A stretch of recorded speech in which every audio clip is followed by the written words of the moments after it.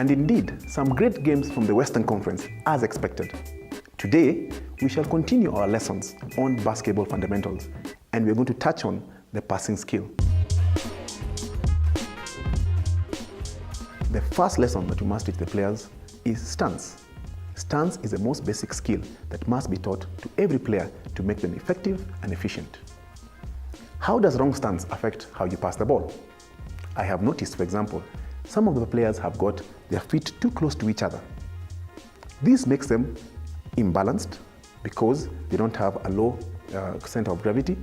It is easy to defend somebody who is imbalanced because once you just nudge them a little bit, you get them off their passing angle. 2, it becomes very difficult to give the right pass when you're upright. The other problem I notice in very many of the players is that they have got their feet too wide apart.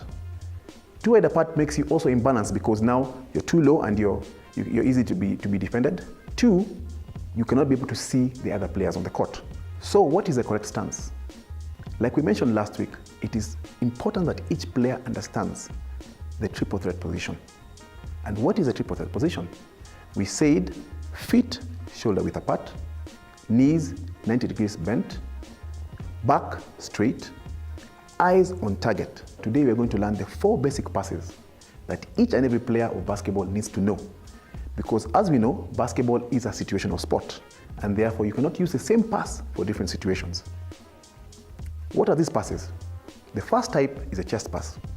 And as the name denotes, it simply means the pass is coming from the chest of the passer to the chest of the receiver.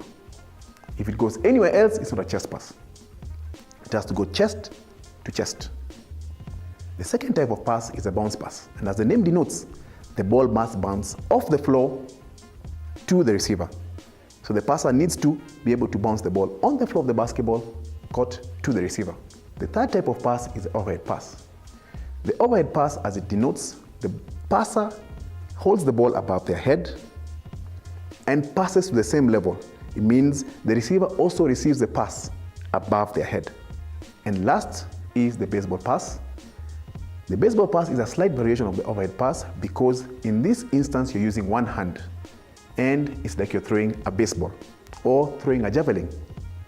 But please remember that the stance must be right, and 2, you always have to step into your pass and you must have a follow-through for the passer, and the receiver must have a target. And that concludes the lesson for the week. As we all appreciate, basketball is ultimately a scoring game, and therefore next week we're going to go into the art of shooting.